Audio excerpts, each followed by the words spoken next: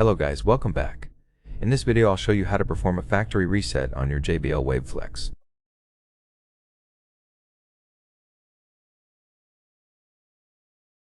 To do this, make sure you're connected to the JBL headphones app. Open your earbuds, scroll down to the bottom, go to Support and select Reset to Factory Settings.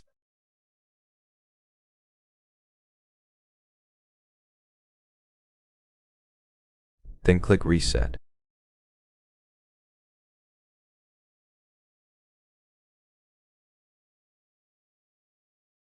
You'll be disconnected and the reset will begin. You can also check in Bluetooth settings to confirm the connection is gone.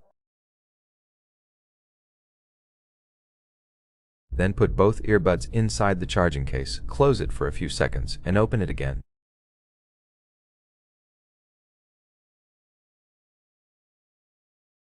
After a moment, they will enter pairing mode. That's all for this video. Hope you liked it.